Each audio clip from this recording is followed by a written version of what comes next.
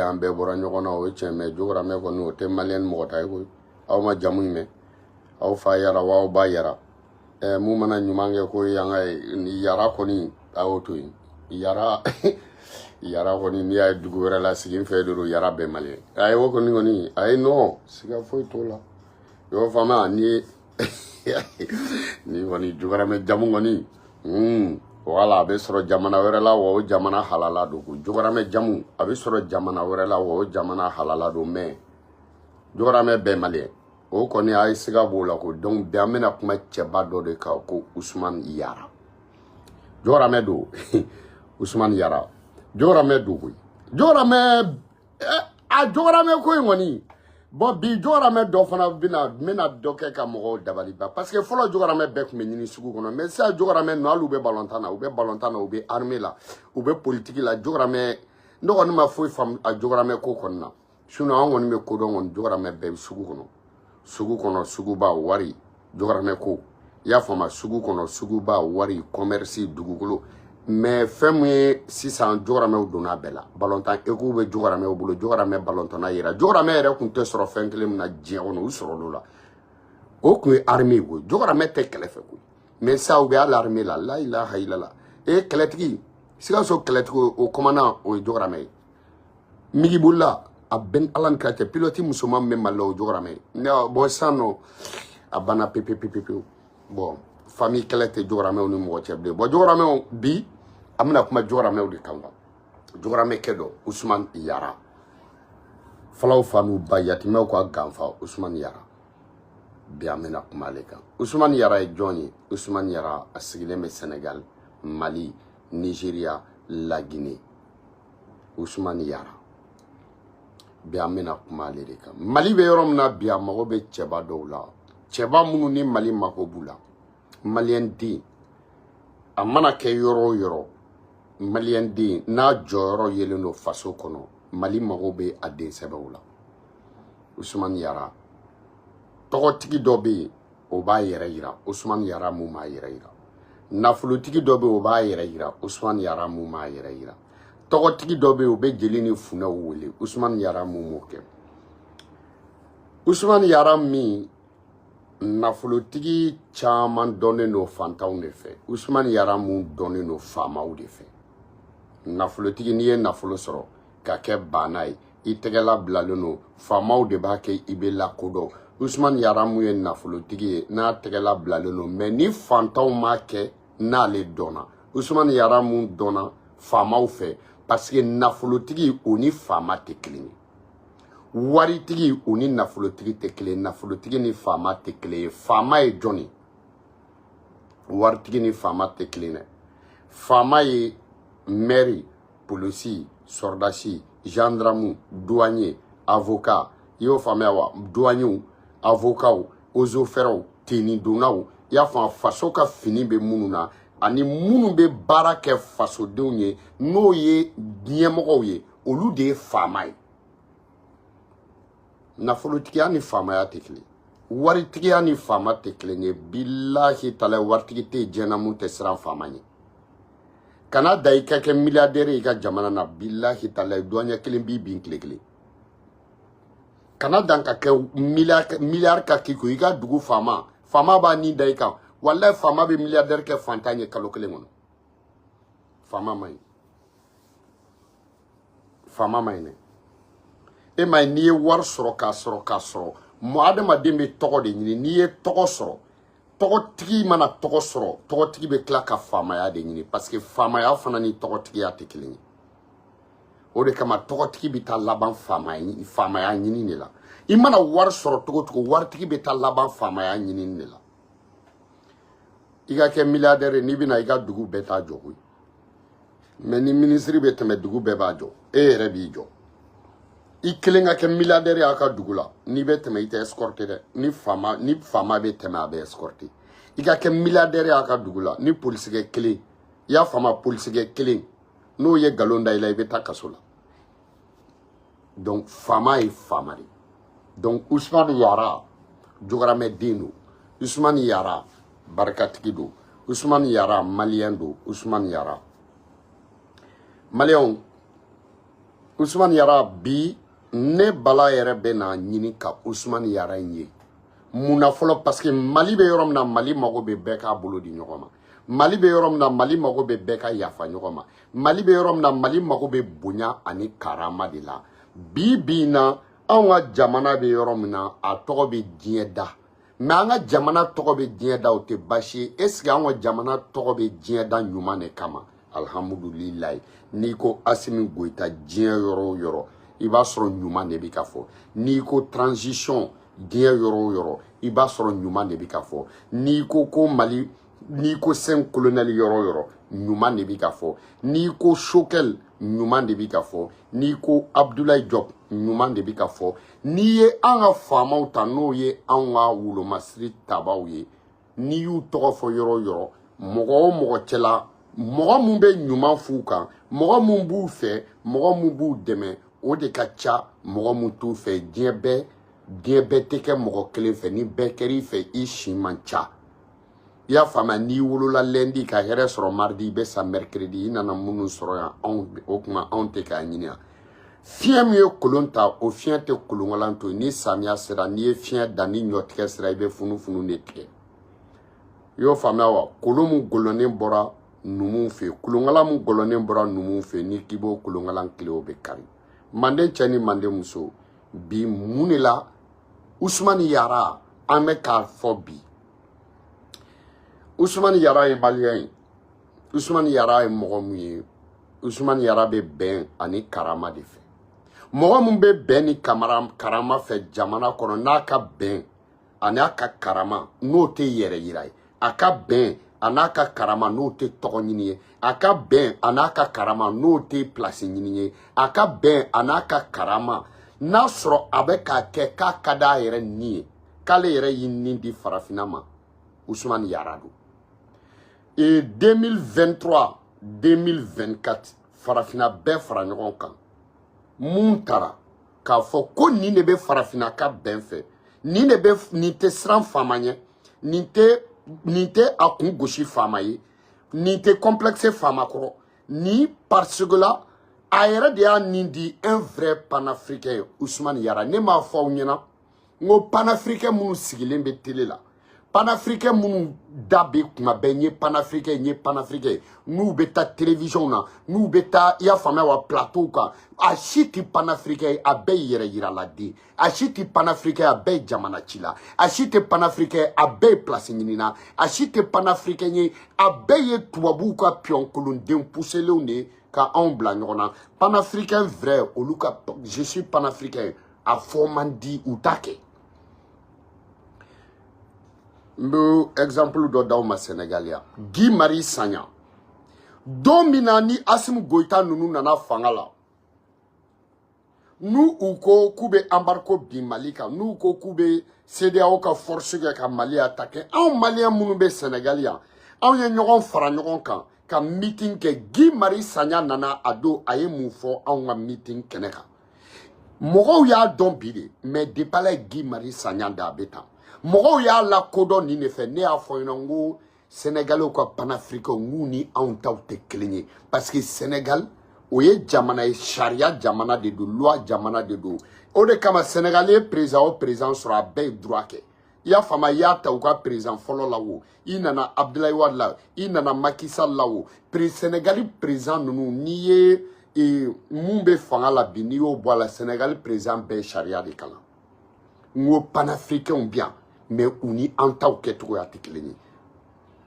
Guy Marius Sagna nana anw ka meeting yɔrɔ la anw maliyɛn denw a ko Macky ma a ko Macky tɛ Abdoulaye Wade Macky tɛ Alassane Dramane Ouattara tɛ i y'o faamuya wa Talon a y'o fɔ a y'u tɔgɔ fɔ a ko ni fɛn o fɛn ye sɔrɔdasi kelen bila ka taa ko ka taa Mali attaquer k'i tɛ si ka palais kɔnɔ a ko a b'a kali mun na o ye Ala ye ni Macky ye sɔrɔdasiw bila ka Mali attaquer ale a tɛ si palais kɔnɔ a bɔr'o la a taara Mali la a n'a ka mɔgɔw Guy Marius Sagna Asimi Goïta y'u reçoit Guy Marius Sagna Choguel y'u reçoit Guy Marius Sagna nalen a y'a minɛ k'u bɛ fɛ ka Mali attaquer Guy Marius Sagna y'i tilen ka taa palais kɔnɔ ko Macky ka bɔ u y'a minɛ k'a datugu olu ye panafricains de le vrai panafricain Salif Keita le chanteur Salif Keita, c'est un vrai panafricain.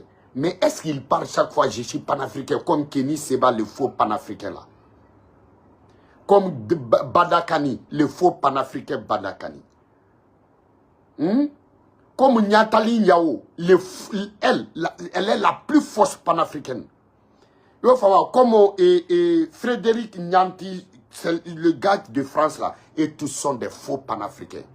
Et là, ce sont des pions français. Ne le crois pas, Billahi Talaï, ce ne sont pas des vrais panafricains.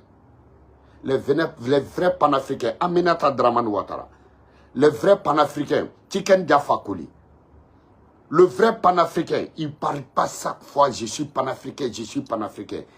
Né est tout africain digne. Né, toute l'Africain digne sont des panafricains. Et regardez ceux qui parlent, je suis panafricain, qui sont toujours dans les chaînes panafricaines. Prenez leur pays. Leur pays, leur président est là-bas plus de 40 ans. Plus de 40 ans.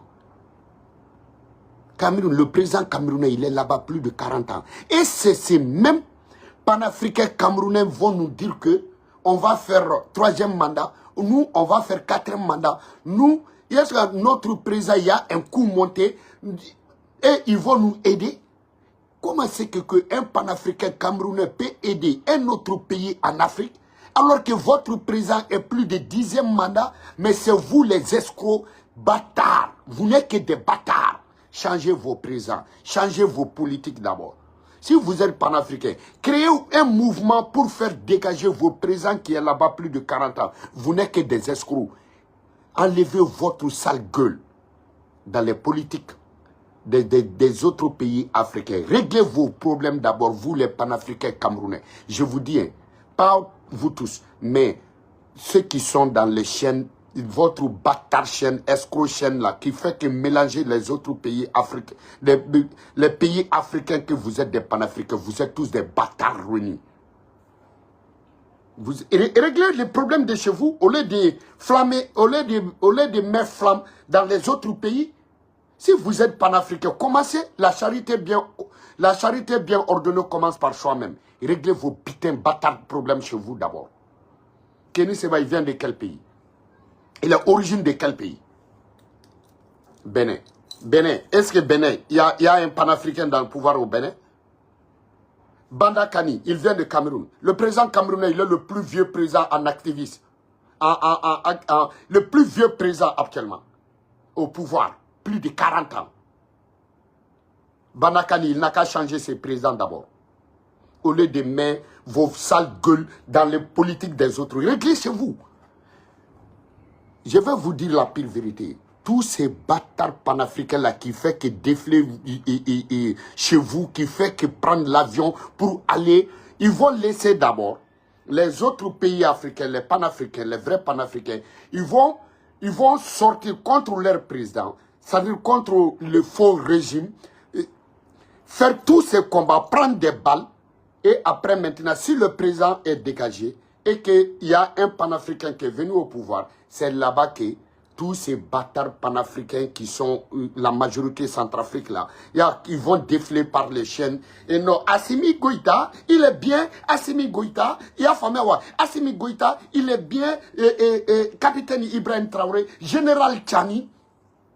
Mais, et maintenant, ils vont demander audience de venir faire des photos qu'avec ce président qui est venu au pouvoir. Mais le moment donc que les pauvres sortent dans la rue, c'est-à-dire pour prendre des balles, pour faire dégager ces régimes corrompus, ces bâtards panafricains-là, ils ne viennent pas vous aider. Il n'y a pas un seul panafricain qui a manifesté, tu vois un peu, avec le peuple contre les régimes corrompus. Mais ils vont laisser que vous finissiez d'abord. Regardez le Mali. On a fait plus de 3 ans. Plus de 5 ans, on est en train de lutter contre le régime Ibeka. Ces bâtards panafricains-là, ils ne sont pas venus.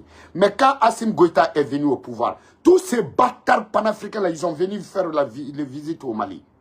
Et regardez les Guinéens. Ces bâtards panafricains-là, on n'a pas vu eux. Quand les Guinéens, plus de 20 morts, tu vois, quand maintenant Doumbia est venu, on les a vus. Burkina, plus de 50 morts. Mais quand le capitaine Ibrahim est venu, c'est ces bâtards panafricains-là, ils sont venus le premier au palais de Burkina.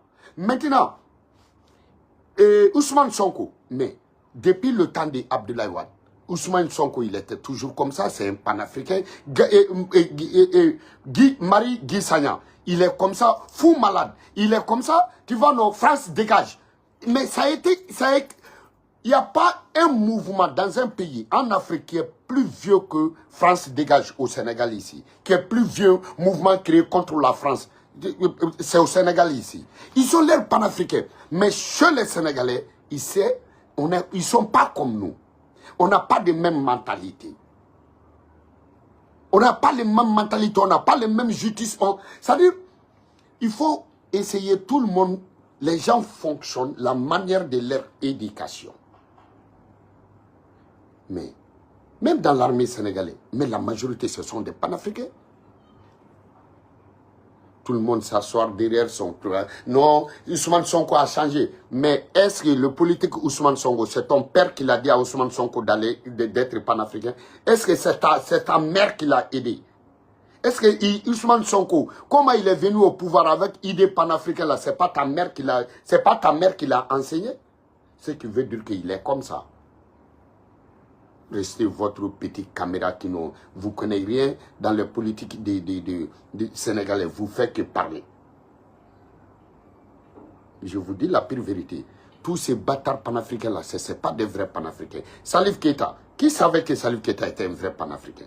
Aminata Draman Traoré, c'est un vrai panafricain. Choquel, mais il était toujours panafricain depuis la jeunesse. Vous croyez que c'est quand les réseaux sociaux est venu que panafricain a été créé?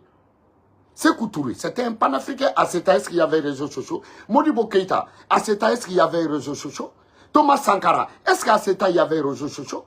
Vous croyez que c'est tout? Mais si ce n'est pas à cause des réseaux sociaux, tous ces bâtards panafricains-là, tu vas noter Master panafricains-là, tous ces journalistes bâtards panafricains qui font que passer dans les chaînes panafricaines-là, ce sont des vieux cons, ce sont des vieux lâches, ce sont des fils de pute, et tous. Ce sont des crimes. Ils sont plus violents que Billahi Talaï que bombe atomique. Parce que, mais réglez le problème de chez vous. Vous connaissez quel vrai panafricain que son pays n'est pas dirigé par un pion d'Occident? Quel vrai panafricain qui passe, qui fait que défler à la télé, qui fait que parler aux politiques des autres pays? Mais eux tous viennent dans quel pays? Bénin, Togo, Cameroun. Bénin, Togo, Cameroun. Et tous ils viennent de Bénin, Togo, Cameroun. Mais Bénin, est-ce qu'il y a un régime panafricain au Bénin? Non. À Togo, est-ce qu'il y a un régime panafricain? Non. Au Cameroun, est-ce qu'il y a un pays, est-ce qu'il y a un régime panafricain? Non. Réglez ces problèmes. Nous, les autres pays africains, on arrivait, étant avec les politiques panafricains, dégager ces régimes guidés par la France et mettre un président panafricain. Et c'est à vous qui nous donne des leçons. Alors que chez vous, d'abord, c'est toujours dirigé par des pions, par un régime occident. Fermez vos bâtards gueules, vous nous laissez tranquilles. Bi, mais moi, John Gan, Ousmane Yara. Ousmane Yara, 2022, 2023, 2024. Ousmane Yara, Afrique de l'Ouest, qu'on ben Kerakan. Parce qu'à yere de wulila k'a yere di ben ani karama obe sabati togodi Afrique ya fama wa Afrique c'est-à-dire fanga ani jamana donche Ousmane Yara a cheke ala kada munkan parce que ni mogore ake abe foko be ka place ni fantande no ko kaba ka foka be ka place ni fama obe nyondo président be nyondo mais président were be mogoba donko Ousmane Yara panafricain aurait nana kata kake médiateur panafricain duma parce que ayere de ala a damne mena mo ni be ko damne ba damne isigile no yoromna Ousmane Sonko anana gelea uni makichew be o yasuru minena Beko kokoubla, akoneti. Beko kokoubla, présent kokoutebla. Africain kumana, présent kokatoubla. Union africaine kumana, présent kokatoubla. Maki kokate songo nunubla. Ateo politique mo minele nunu shibla. Union européenne kumana, maki kokatoubla. Donc, o joro nana bemene. Il n'a fort, jugement ou bika ke, kela ou bika ke, gazi ou bika chi. Ousmane Yara wulila. Ako bi, ale Ousmane Yara. Abena wuli ki jo. Halala wulila. Yere wolo wulila. Jokarame ke wulila. Malien den wulila. Jokarame halala wulila. Malien den halala wulila. Fadouou halala wulila. Badouou halala wulila. Ako farafina ka kuma ni cɛ fɛ a ka ban n'o ye Macky ye.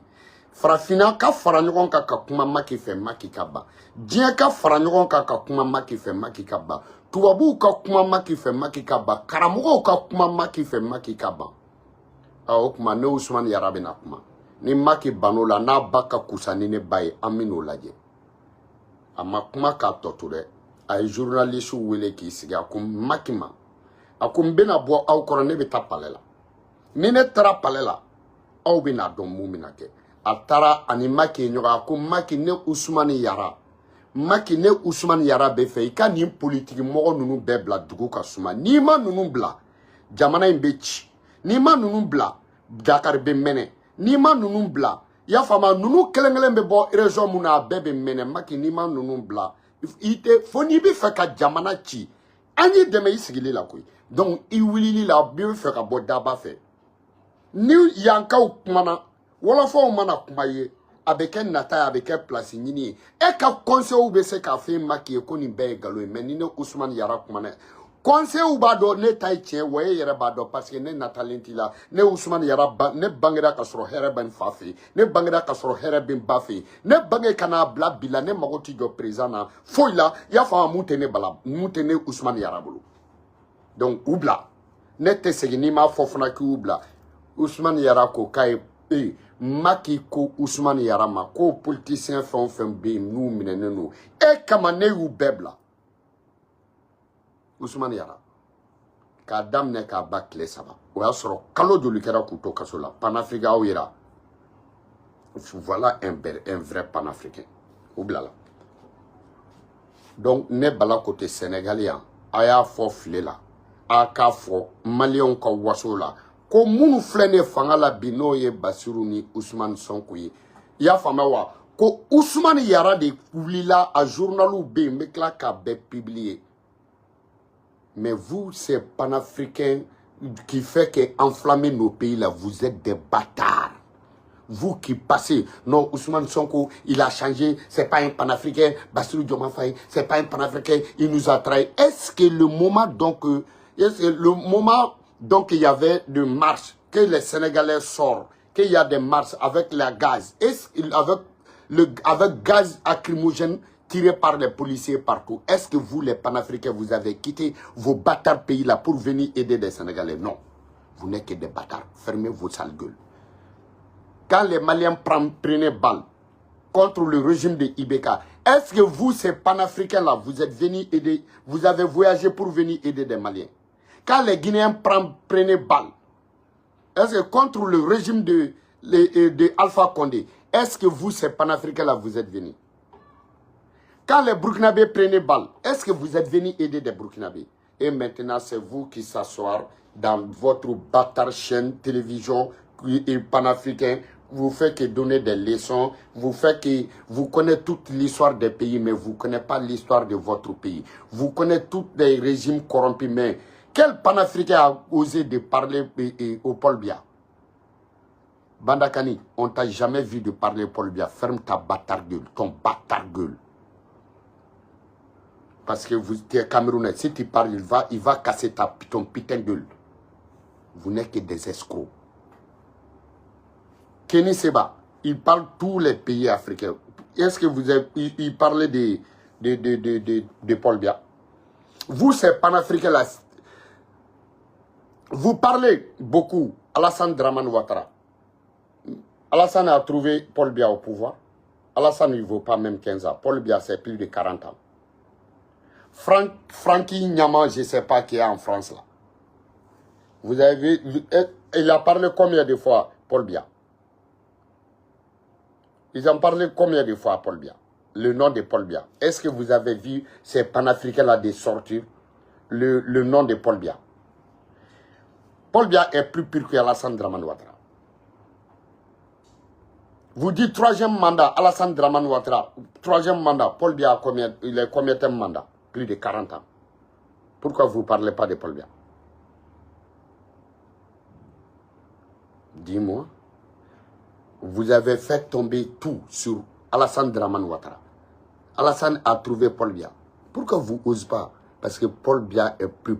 Vous savez très bien que Paul Biya est plus dangereux que Poutine. Parlez. Donc fermez vos sales gueules. Laissez-nous, les présidents, de diriger leur pays. Et régler les problèmes de chez vous là-bas. Paul Biya, le président camerounais. Paul Biya, le président béninois. Le président togolais. Vous les panafricains, tous les journalistes panafricains qui viennent de Bénin, tu ne peux pas nous donner leçon. Tous les journalistes panafricains qui viennent de Togo, tu ne peux pas nous donner leçon. Tous les journalistes panafricains qui viennent de Cameroun, vous ne pouvez pas nous donner leçon. C'est vous qui avez créé des panafricains, c'est vous qui doit aller régime panafricain, c'est vous qui faites les meetings panafricains, c'est vous qui faites, ça arrive tout genre de choses dans nos pays. Mais faites chez vous, créez des mouvements pour faire changer vos présidents, fermez vos sales gueules. Ousmane Yara, à Oulaflo, Nigeria, Guinée, Dadisi ka fanga wagati n'i y'a ye Guinée ma bila tasuma kɔnɔ n'i y'a ye Guinée ma sɔrɔdasiw ma kɛlɛ tenidonnaw ma marifa ta ɲɔgɔn kama grâce à qui? Ousmane Yara. A wulila Sekouba, Dadis, Tumba, Ousmane Yara i y'a faamuya wa pouvoir ka kuma pour que mun na fɔlɔ sɔrɔdasi aw yɛrɛ dama ka bɛn sinon aw ye marifa ta de ko aw bɛ juguw kunbɛn mais jamana den juguw fagali t'a la a ye bɛn Ousmane Yara.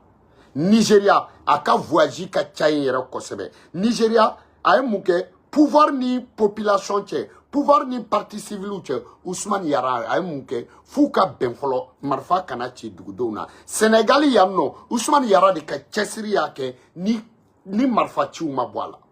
Mali kɔnɔ La Guinée i y'a faamu Nigeria donc u y'a kɛ mun ye panafricains ka porte parole fanga ni jamanadenw cɛ fanga ni mouvement civil cɛ pour que jamana kana se ka mɛnɛ Ousmane Yara Afrique de l'Ouest kɔnɔ o Ousmane Yara malien do o Ousmane Yara jokaramɛ do o Ousmane Yara halala do yɛrɛwolo do bi na Mali bɛ yɔrɔ min na Ousmane Yara in pourquoi Ousmane Yara tɛ wuli ka kuma Mali kɔnɔ minnu minɛlen do minnu bɛ kɔ kan fanga bɛ minnu kɔ fanga ni population cɛ fanga ni peuple cɛ Ousmane Yara a jɔda bɛ yen Nigeria polisi dama ka ca ni Mali bɛɛ ni Ousmane Yara sera ka intervenir Nigeria population ni Nigeria fanga cɛ bɛn ka sabati Ousmane Yara tɛ dɛsɛ ka bɛn sabati Mali kɔnɔ Ousmane Yara sera ka kuma La Guinée i y'a faamuya wa finidonnaw yɛrɛ dama ni ɲɔgɔn cɛ i y'a faamu finidonnaw ni population cɛ parti civil ni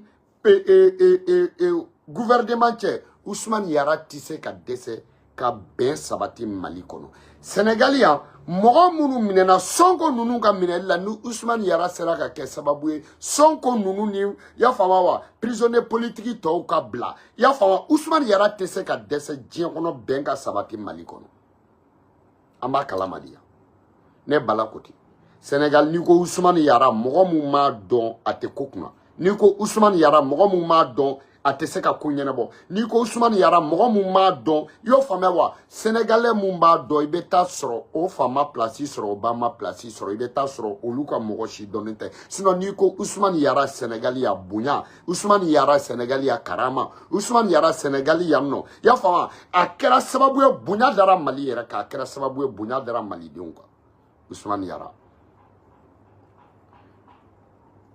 munna parce que dɔ bɛ ko dilan dugu jukɔrɔ dɔ bɛ ko dilan dogodogonin dugu la dɔ bɛ ko dilan i y'a faamuya wa dibi la ko ka se ka ɲɛnabɔ hali n'a tɔgɔ ma d'ale ma Usumani Yara bɛn ka se ka sabati jamanaw kɔnɔ hali n'a tɔgɔ ma d'ale ma Usumani Yara karama ka sabati jamanaw kɔnɔ hali n'a tɔgɔ ma d'ale ma Usumani Yara ne ɲɛna o de ye jamanaden ye jamana mago bɛ den mun na i y'a faamuya Usumani Yara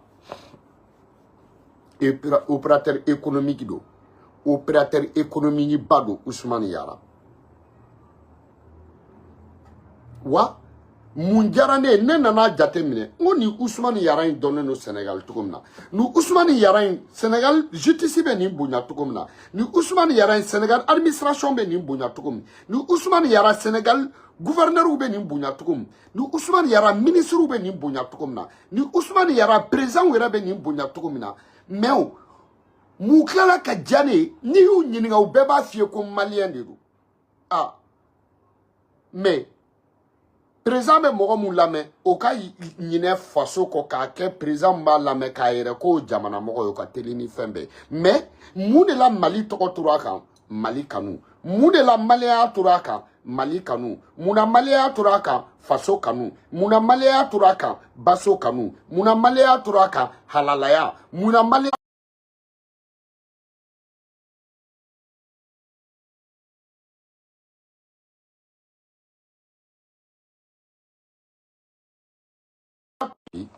Iyara an b'i fo k'i barikada farafina ka se ka jamana Mali tɔgɔ yɛlɛ farafina ka se ka kɛ médiateur ye Mali kɔnɔ Mali tɔgɔ la Usumani Yara ka sɔrɔ Mali gouvernement tɛ Usumani Yara ka se ka kɛ tɔgɔtigi ye i y'a faamuya wa Mali ka tɔgɔ sɔrɔ ka Mali tɔgɔ pousser ka sɔrɔ Mali autorité tɛ Usumani Yara ka i yɛrɛ nin di fantanw olu sauveli ma Usumani Yara k'i yɛrɛ nin di i y'o faamuya wa jamana wɛrɛ bɛn bɛ sabati cogo min na Usumani Yara donc jo karamɛ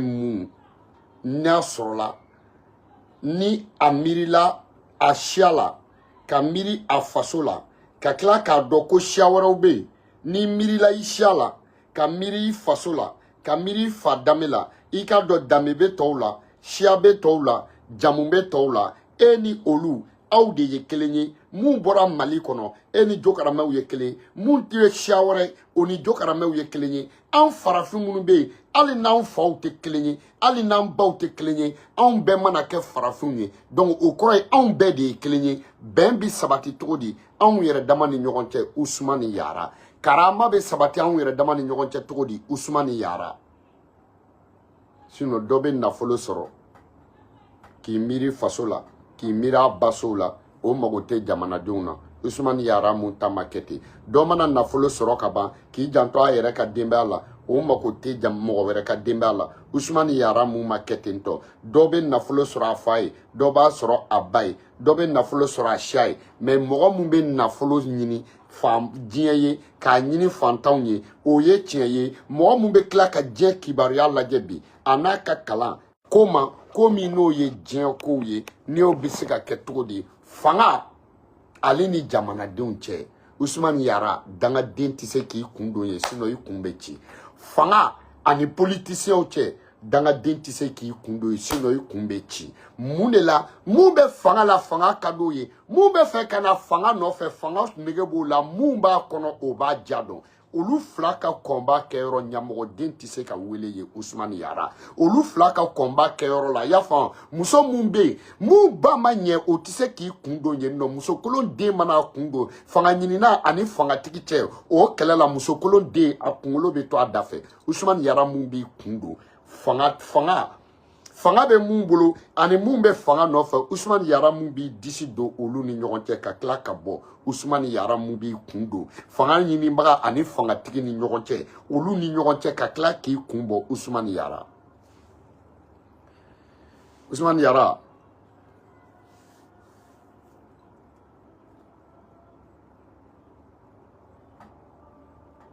i y'o faamuya donc alhamdulilayi arabil alamina attends aw jɔ tan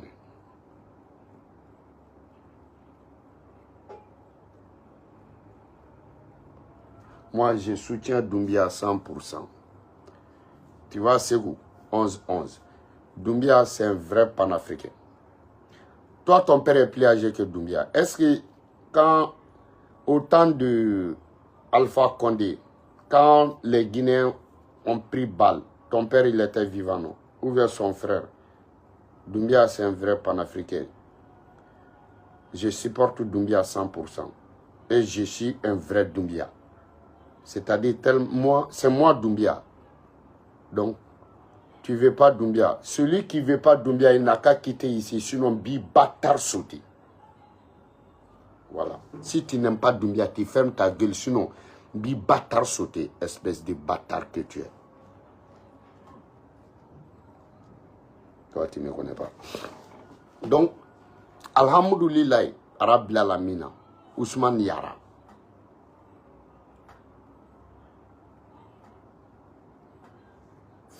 Nigeria journaliste ou Koko Kafo, Ousmane Yara. Nigérian farala ɲɔgɔn kan Nigeria n'a jama ka bɔ ka mouvement kɛ ka cɛbakɔrɔ kelen min fo Ousmane Yara. Guinéens ye cɛbakɔrɔ kelen min fo journaliste Ousmane Yara. Sénégal kɔnɔ yan nɔ médiation na ne bala ko tentɔ o cɛ tɛ mun Ousmane Yara bɛ da basigili kelen kan a tɛ yen. Ousmane Sonko ɲininka. Sonko bilalen a ko k'a bɛ taa cɛbakɔrɔ fɔlɔ min fo Ousmane Yara.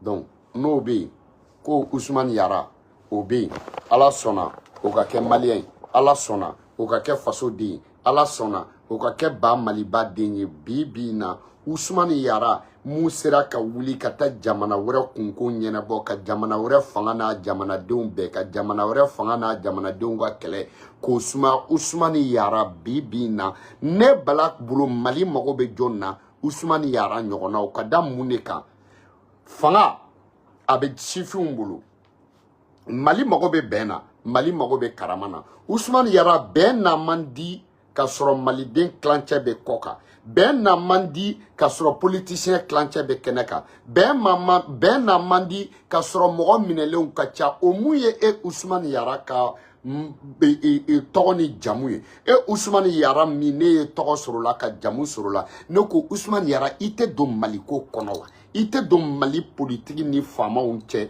i ko mankan ban malidenw b'u bolo di ɲɔgɔn ma cogo min na mɔgɔ minnu bɛ kɔ kan olu bɛ se ka segin cogo min mɔgɔ minnu minɛlen don olu ka ko bɛ se ka lajɛ cogo min na Ousmane Yara ni adamaden n'i y'i jan ka ɲɛgɛnɛ kɛ a bɛ laban i yɛrɛ de kɔrɔ Ousmane Yara n'i sera ka kɛ halala ye ka kɛ yɛrɛwolo ye tɔw ta k'o ɲɛnabɔ faso ta de bɛ Yaraw den Ousmane Yara Jogaramɛkɛ ani Fugulan Ousmane Yara Jogaramɛkɛ ni Gileki Ousmane Yara Jogaramɛkɛ ni Kulusi Ousmane Yara depuis Ala ye mɔgɔw da Ousmane Yara Ala ma cɛw kɛ kelen ye bilahi talahi cɛw tɛ kelen ye baw tɛ kelen ye cɛw tɛ kelen ye faw tɛ kelen ye cɛw tɛ kelen ye bilahi talahi duw tɛ kelen ye cɛw tɛ kelen ye musokɔrɔbaw ka ga sigiyɔrɔw tɛ kelen ye cɛbakɔrɔw tɛ kelen ye bilahi talahi cɛbakɔrɔw tɛ kelen ye dɛ Ousmane Yara e m'a ye cɛbakɔrɔ dɔ bɛ jamu sɔrɔ ko dɔ la ka tɔgɔ sɔrɔ ko dɔ la cɛbakɔrɔ dɔ bolo o ko ye kulonkɛ de cɛbakɔrɔ dɔ bɛ tanu ko dɔ la cɛbakɔrɔ dɔ bolo o ye kulonkɛ de cɛw tɛ kelen ye dɛ cɛw tɛ kelen ye Ousmane Yara Mali mago bɛ bɛn na alhamdulilayi arabil alamina maliyɛn bɛɛ ko k'an k'an bolo di ɲɔgɔn ma Ousmane Yara kuma ni tiɲɛni de don mais kuma c'est-à-dire kuma kɔrɔ ani tiɲɛ kɔrɔ olu tɛ kelen ye Yaraw den i y'o faamuya wa parce que politiciens olu tɛ ɲuman kɛ politiciens u tɛ wele ɲuman na politiciens u tɛ fanga ɲɛnen fɛ parce que Asimu fanga bɛ yɔrɔ min na bi na n'a ɲɛna politiciens bɛ bin de donc politiciens olu b'a fɔ ni fanga ɲɛna ko Asimu ye baara kɛ transition ye baara kɛ olu bɛ bin de donc ça olu tɛna to transition ka baara ɲuman kɛ transition dun b'a dɔn olu fana i y'a faamuya wa n'u ye nkalon tigɛ ka se yɔrɔ dɔ la u bɛ na olu bi donc a tɛ ɲɛ i y'a faamu donc transition ni politiciens cɛ bi na bɛɛ de bi k'i yɛrɛ kunkolo ɲini mais jɔ bɛ transition de bolo mais a kɛra cogo cogo bɛn de tɛ na ni transition n'u yɛrɛ ma ni politiciens ni transition ma sigi ka kuma bɛn na man di Ben mamdi. Donc, sigi ka kuma ka kɛ politiciens ni transition tɛ politiciens ka dɔ sɔrɔdasi fanga de bɛ ok i b'i kuma fɔ cogo dɔn sɔrɔdasiw ma i b'i ko kɛ cogo dɔn sɔrɔdasiw ma sɔrɔdasiw ta i y'a faamuya wa a n'aw ka démocratie u tɛ kelen ye parce que aw ka démocratie ye san 30 kɛ paga foyi ma ɲɛnabɔ a ye san damadɔ to sɔrɔdasi ninnu bolo an k'an tɛgɛw di ɲɔgɔn ma an bɛ kuma cogo minnu na Ousmane Yara alhamdulillah rabbil alamin donc ne bala côté ini cɛ si tɛ kelen ye o cɛ kelen tɛ diɲɛ k'e tɛ mouvement dɔ la e tɛ parti politique dɔ la e tɛ parti dɔ la i tɛ mouvement dɔ la i tɛ foyi ye f'i yɛrɛ ka wuli bonya ni karama ka da i kan i ka se président ma palais tɛ datugu i la farafinna bɛɛ Ousmane Yara i kelen don i k'i da don ka kuma i y'a fɔ président 4 président 5 k'a fɔ a y'aw ka mɔgɔ minɛlen ninnu bila kɛ walasa an bɛ se ka kow bɛ se ka ɲɛnabɔ u k'u bila président 5 la Ousmane Yara n'i t'a cɛ ten après vous bien Sénégal yan Sonko ye fɔlɔ ye an bɛɛ b'a kalama yan a ma dogo dɛ i kumana président fɛ i ko k'u bila u bilala a bɔra journalu la diɲɛ bɛɛ kulela i y'o faamu u ye ne wele fan bɛɛ fɛ ne ko non diɲɛ girinma t'anw girinma ye Ousmane Yara ni mun fɔ kuma sera o de fɔra ne bala ko ten tɔ o cɛ tɛ Sénégal yan nɔ k'i b'i ka ceinture siri k'i b'a don wo dɔ la diɲɛ kɔnɔ étranger la k'i ni Ousmane Yara bɛ da a ka kusa bɛɛ ye billahi a cɛ tɛ o cɛ tɛ k'i b'i ka kulusi jala siri diɲɛ kɔnɔ ko Ousmane Yara k'i n'a bɛ jɔ basikeli kelen kan billahi a tɛ yen n'a jɔra kan i n'i ka giriya i bɛ pan sanfɛ bonya ni karama wa a tɛ maliyɛn den si kan ka tɛmɛ a kan Ousmane Yara wa maliyɛn bɛɛ ye ka di n'a ye Ousmane Yara wa a t'a yɛrɛ yira dɛ Ousmane Yara mais cɛbakɔrɔw bɛ ɲɔgɔn dɔn dɔ jigi ye dɔ jigi ye cɛw jigi ye cɛ minnu ye o cɛw olu ba cɛ Ousmane Yara ye Sénégal yan ne bala ko billahi talahi wa an ni ma bɔ Mali ko la dɛ n'i ko Mali dɔrɔn cɛbakɔrɔw i bɛ cɛbakɔrɔw ye i bɛ minnu ye n'i b'a fɔ olu ma k'olu de bɛ boli ka na i y'a fɔ ni Mali kungo la olu de Ousmane Yara de b'olu bila ka boli ka na ni maliyɛn ko wulila minnu bɛ n'u disi gosi ɲɛfɛ n'i b'olu ye ni tɛgɛrɛ bɛ f'u kun n'u bɛ tanu olu de cɛbakɔrɔ min b'olu kɔfɛ o de ye Ousmane Yara ye i bɛ fɛ ka Ousmane Yara dɔn i bɛ fɛ k'a dɔn han taa Mali ambassade gratter i bɛ Ousmane Yara ye sisan i bɛ fɛ ka Ousmane Yara dɔn han taa ko kɛbali dɔ kɛ Mali ambassade kɔnɔ i bɛ Ousmane Yara ye i bɛ fɛ ka Ousmane Yara ya taa sugu kɔnɔna na i ka taa tiɲɛni kɛ Mali sugu kɔnɔna na i bɛ Ousmane Yara ye taa Mali mobiliw kunbɛn i ka tiɲɛni kɛ i bɛ Ousmane Yara kibaruya mɛn taa maliyɛnw minɛ i k'u fara ɲɔgɔn kan i k'u fɔ k'i b'u tɔɲɔ Sénégal yan i bɛ Ousmane Yara dɔn ale tɛ bɔ ko lankolon na ale tɛ kuma ko lankolon na Ousmane Yara jɔgɔrɛmɛ kɛ Ousmane Yara cɛw cɛ musow bɛnba kɛ Ousmane Yara bɛn ani keleya Ousmane Yara mɛlɛnw cɛw tɛ kelen ye wallahi cɛw tɛ kelen ye wa baw tɛ kelen ne bala tɛ galon tigɛ parce que ne natalen tɛ diɲɛ mɔgɔ si la ne de ye fantankɛ ni mɔgɔba ye ne bala ni ne ye n da don ko min na billahi maliyɛn kɔni mɔgɔ b'a fo n'i ti tiɲɛ fɛ sinon i b'a dɔn o ye tiɲɛ de nata tɛ n don a la o parce que ne yɛrɛ ye mɔgɔba de ye denkɛ ni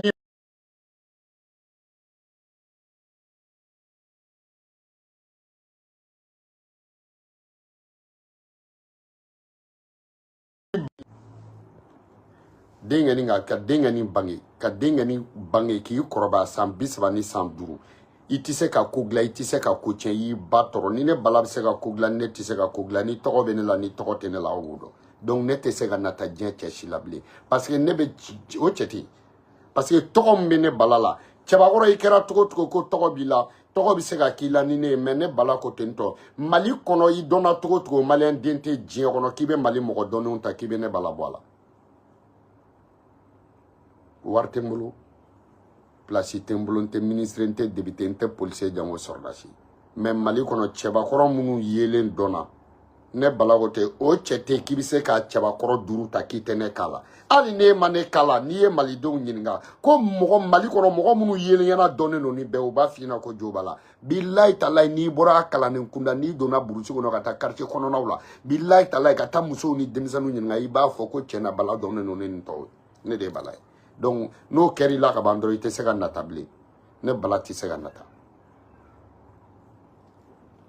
parce que ni natara i bɛ bin o la de donc ne tɛ bin donc ni ne ye cɛbakɔrɔ mun fɔ i ni fɔli de ka kan ni ne ye mun fɔ mɔgɔw bɛ da la de Usman Yara ye cɛbakɔrɔ de billahi talahi Mali mago b'a den ɲumanw na Mali mago bɛ Usman Yara la billahi talahi n'i bɔra kɔ kan ka fangaw taabolo ye ka bɔ kɔ kan ka maliyɛnw ye maliyɛn mun ni mun ka kan i b'o dɔn billahi talahi Mali État mago bɛ Usman Yara ɲɔgɔnna la parce que mun na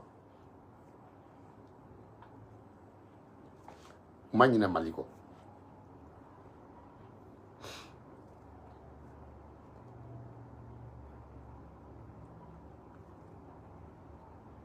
cɛ Yara cɛbakɔrɔ k'i cɛbakɔrɔ ɲɔgɔn ka cɛbakɔrɔya fɔ o t'i yɛrɛ kɛ fugari ye Usman Yara ye cɛbakɔrɔ ye kulusitigi k'i cɛbakɔrɔ ɲɔgɔn ka kulusitigiya fɔ billahi a t'i kɛ fugari ye Usman Yara ye cɛbakɔrɔ ye Usman Yara ye ŋana ye Usman Yara ye ŋana minɛ ŋana ye Usman Yara ye ŋana minɛ ŋana ye ka cɛbakɔrɔ jɔlen to kuma na ministre escorte tɔ k'a ye ka convoi jɔ ka bɔ ka taa cɛbakɔrɔ ɲɔgɔn k'a wele ka na ne m'o ye ni Usman Yara tɛ cɛ Usman Yara ye cɛbakɔrɔ ye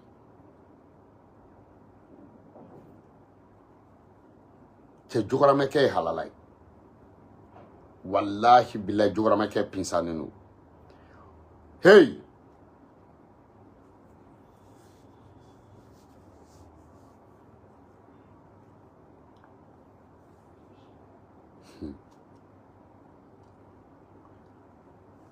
n bɛ fɛ k'o de fɔ aw ye bi